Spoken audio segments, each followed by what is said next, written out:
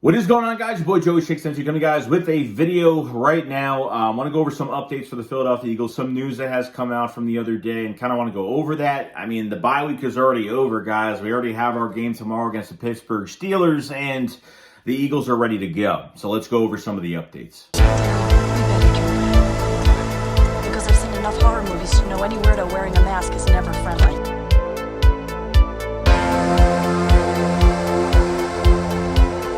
So the first thing I want to talk about is the Robert Quinn contract that we kind of been trying to figure out. And since he has 2 more years left on his deal after this year, pretty much be a free agent after 2024, the Eagles have mutually agreed with Robert Quinn that they're going to take off 2 years off his contract for 23 and 24. So technically the Eagles are paying a little over $700,000 for this year for Robert Quinn for 11 games. That is it.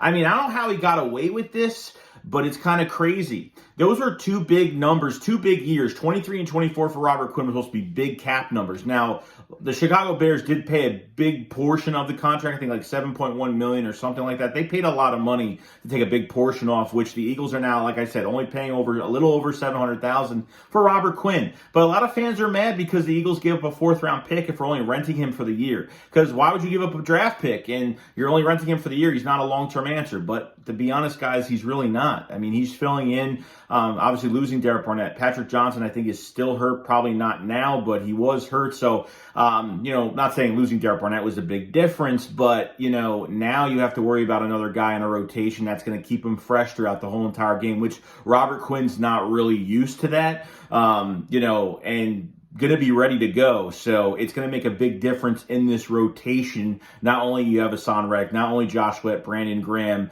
now you have a guy that has a lot of experience, not only with a team with the Chicago Bears that was kind of on a rebuild this year, has been double-teamed a big portion of the season. And now offenses are going to have to pick their poison with this defensive line because who are you going to free up one-on-one? I think that's going to be really important. So the Eagles pay a little over $700,000, and that's it. Robert Quinn is a rental for this year. I have no problem with this at all because he's not a long-term answer. Like I said, he's in old age right now, very productive at his age right now, and like I said, I thought this was going to be a rental regardless. I didn't think they were going to keep him for the next 2 years anyway and pay him a lot of money. I don't see Howie Roseman ever doing that ever again with guys that are older and with big cap numbers. So how he got away with this, I have no idea, but want to know what you guys think about it. Next, I want to talk about the Quez Watkins situation. Now, there has been rumors that a Quez Watkins trade was in the works. Well, not in the works, but a Quez Watkins trade was, I think, from the Rams to the Eagles, called the Eagles about Quez Watkins, and Howie Roseman denied it. Now, I don't know why they would even, teams are going to call about certain players since Quez Watkins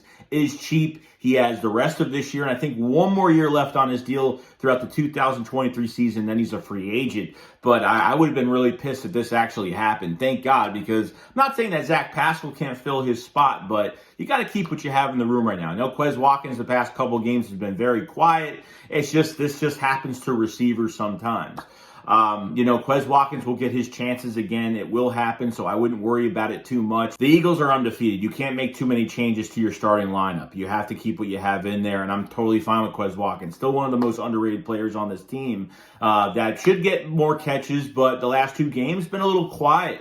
They're not really throwing his way that much, but who knows? He will get his shot, trust me. Are the Eagles going after a running back? I think that's what we have to kind of answer here. Now, the Alvin Kamara stuff might be starting to die down. Maybe they want too much money. Maybe it's the battery allegations for next year. Could he be suspended? He has his court case August 1st of next year. And to be honest, guys, on that Saints roster, if they're asking for their pick back, it's not going to happen. And whatever contracts of good players that are left on that team right now, of certain players, it's almost impossible, I think, because Howie Roseman just doesn't want to carry that much money. Maybe that the Saints won't pay a portion of it or something. So maybe the Eagles are kind of dwindling down on not going after Alvin Kamara and could go to other resources. Now, I think Kareem Hunt is definitely a big possibility since the Bills haven't signed a running back yet. The Bills have not signed one. They are interested in Cam Akers and Kareem Hunt. I think Cam Akers might be the way to go for the Bills. I think they've had the most interest in him more than Kareem Hunt because I think with a Kareem Hunt trade for the Eagles, I think it would make sense because now it takes a little bit bit more pressure off Jalen Hurts, and you have that short yardage back, and obviously you can extend him or whatever his contract looks like. I haven't looked at it yet what the Kareem Hunt contract looks like, but I think it would be totally fine. The Eagles keep him for a few years.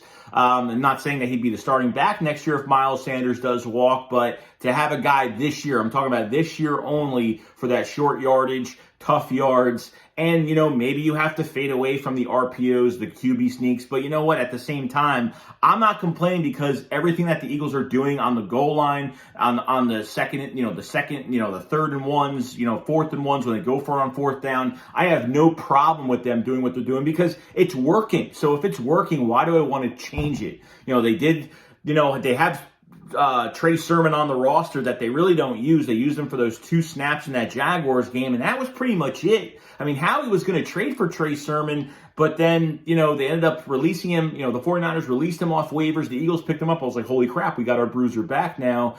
And got some elusiveness, can catch out of the backfield, could really take a turn and kind of revive his career a little bit in Philadelphia, and they just haven't used him, so maybe they're just not comfortable. I think the Cowboys game was really the only game where they kind of used they kept all their running backs fresh. That's probably the one thing I do like about the game, how they treated all those running backs. They didn't put too much on Miles Sanders, but they were refreshing those running backs in and out throughout the game, which I really did like. So you're not putting too much on one player. Obviously, Miles will probably have most touches out of everybody because from other games, we barely saw Boston Scott. Pretty much Boston Scott has been a disappearance from this offense.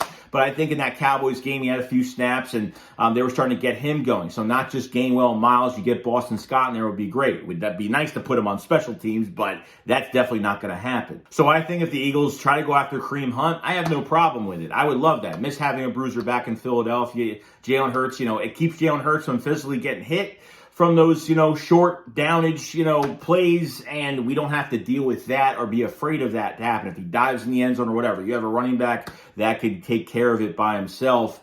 And could spread out your defense a lot too, because you have a lot of weapons on the outside, and you could do other things where you could make it look like you're trying to run the ball with Kareem Hunt, or to use a big back like that would be fantastic. So let me know what you guys think about that and Kareem Hunt and that trade, if they're kind of, swaying away from an Alvin Kamara type trade, if you think that's going to happen. And lastly, I kind of want to go over the Eagles' injuries. The Eagles are 100% healthy going to this game, guys. We are 100% healthy. And how is this team going to look coming out of the bye? Because if you watch the Eagles video that came out, they talked about, Sirianni did talk about, coming off the teams that came off byes the past few years that had good records ended up getting their butts whooped by teams with really bad records, okay?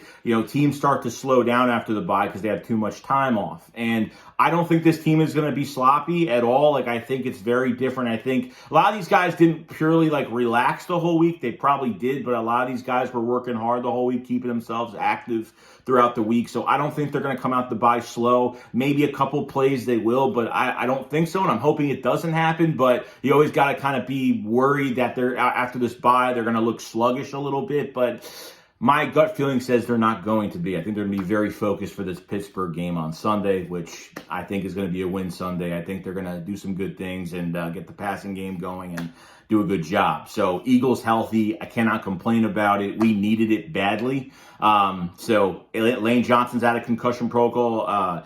Brandon Graham with the hamstring injury seems to be fine this week. So everybody is coming back, which is good. And like I said, the trade deadline is still a few weeks away, guys. We still got another 2 weeks, week 9 of the trade deadline, where that's really it. I mean, you got a couple more weeks to make at least one more move. Have the Eagles making at least 1 or 2 more moves, whether it's just a running back or depth at safety for the number 3 safety spot, most likely. So that's what I'm kind of wondering with Desmond King, obviously, and some of these other guys that are available, which there's a lot of safeties available right now for trade, but what are you going to have to give up? Probably a day 3 pick, nothing crazy. And some guys can help your special teams as well. So we'll see in the near future. So, all right, guys, you guys have a fantastic day. I'll see you guys on the next one. SHAKESQUAD up, follow, slide. Peace out, guys. Peace.